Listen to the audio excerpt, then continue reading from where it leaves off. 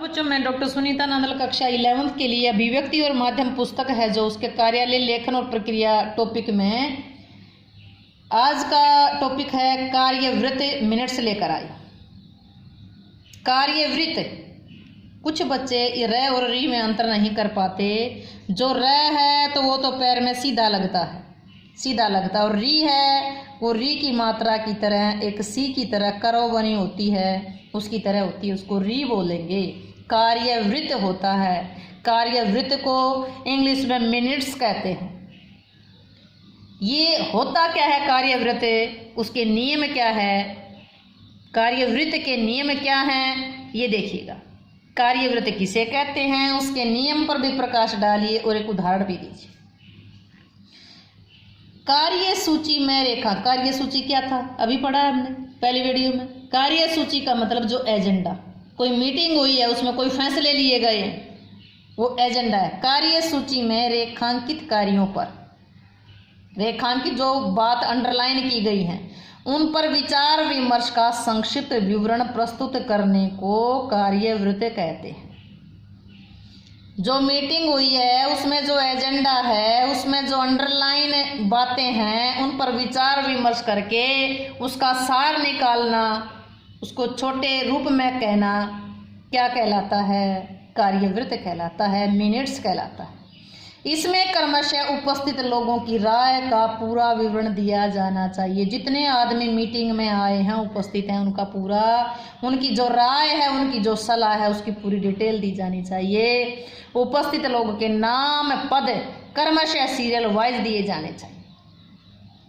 Minutes हैं जो कार्यवृत्त है, इसमें जो एजेंडे में जो फैसला लिया गया था उसका संक्षिप्त विवरण है। इसमें जितने आदमी आए थे, उपस्थित थे, उन लोगों की राय जो थी, सलाह जो थी, जो फैसले में उनकी जो राय थी, उनकी पूरी डिटेल दी जानी चाहिए और उनका सीरियल वाइज नाम और पद क्रमशः, यानी कि क्रमशः का मतलब सीरियल वाइज दिए जाने चाहिए। कार्यवृत्त यानी कि जो मिनट्स है उसका एक उदाहरण के माध्यम से समझेंगे हम। दिनांक 6 मार्च 2020 को आयोजित हरियाणा साहित्य एवं संस्कृति बोर्ड की 23वीं बैठक का कार्यवृत्त का मतलब यह है मिनट्स, एक छोटा रूप। हरियाणा साहित्य संस्कृति बोर्ड की 23वीं बैठक बोर्ड के कार्यालय चंडीगढ़ के सीमित कक्ष में 6 मार्च 2020 को संपन्न हुई। इस बैठक के जो अध्यक्ष थे श्री मोहिंदर सिंह काद्यान। बैठक में भाग लेने वाले आदरणीय सदस्यों की सूची निम्नलिखित है। कौन कौन आए थे? मोहनलाल अनेजा मुख्य कार्यकारी था, अजीत सिंह सदस्य क्रमिक था, श्रीमती मेघा सदस्य थी वित्त विभाग की, श्री कामेश्वर दयाल सक्सेना ये सदस्य थे योजना और विकास विभाग के। हमने पढ़ा था ना कि नाम और पद भी साथ। श्री राजेश अग्रवाल महानिदेशक हरियाणा सांस्कृतिक एवं संस्कृति संस्थान, श्रीमती संतोष कुमारी सदस्य थी, श्री आर कृष्णा स्वामी ये सदस्य थे।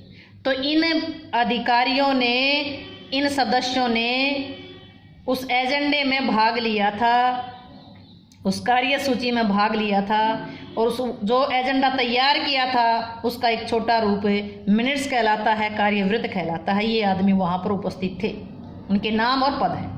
कार्रवाई के आरंभ में अध्यक्ष ने अपनी नाइजीरिया की यात्रा का उल्लेख करते हुए वहां की संस्कृति के उन तत्वों का वर्णन किया जो भारतीय संस्कृति से मिलते जुलते हैं। क्या बताया कि नाइजीरिया की जो संस्कृति है हमारी भारत की संस्कृति से मिलती जुलती है। कुछ देर तो सामान्य चर्चा होती रही। इसके बाद कार्य सूची में सम्मिलित विषय पर गंभीर रूप से विचार विमर्श किया, जिसका विवरण इस प्रकार है, निम्नलिखित है कि जो टॉपिक था जिसके ऊपर विचार विमर्श किया जाता था। क्या टॉपिक था? 22वीं बैठक में कार्यवृत्त की संपुष्टि कर दी गई है। बैठक मीटिंग कौन सी चल रही थी? 23वीं थी। इसमें सबसे पहले क्या आया कि 22वीं बैठक के कार्यवृत्त की संपुष्टि कर दी गई है। इसके लिए इसमें लिए गए निर्णयों की अनुपालना की समीक्षा के लिए एक 3 सदस्यों की कमेटी गठित की गई है कि 22वीं मीटिंग में जो फैसले लिए गए थे उनका सही तरह से पालन हो रहा है या नहीं हो रहा है। 3 सदस्यों की एक कमेटी बना दी गई, वो निगरानी करेगी। दूसरा है बैठक में कलाकारों, साहित्यकारों, विशेषज्ञों के कार्यों एवं पारिश्रमिक मेहनताना पर चर्चा की गई। बढ़ती महंगाई को देखते हुए उसमें बढ़ोतरी की सिफारिश की गई कि जो ये कलाकार हैं, साहित्यकार हैं, विशेषज्ञ हैं, इनकी जो मेहनताना है उसमें बढ़ोतरी की जाए क्योंकि महंगाई बढ़ रही है। बोर्ड ने नए पारिश्रमिक को तुरंत देने की भी सिफारिश की, अभी तुरंत ये पत्र लागू हो जाए।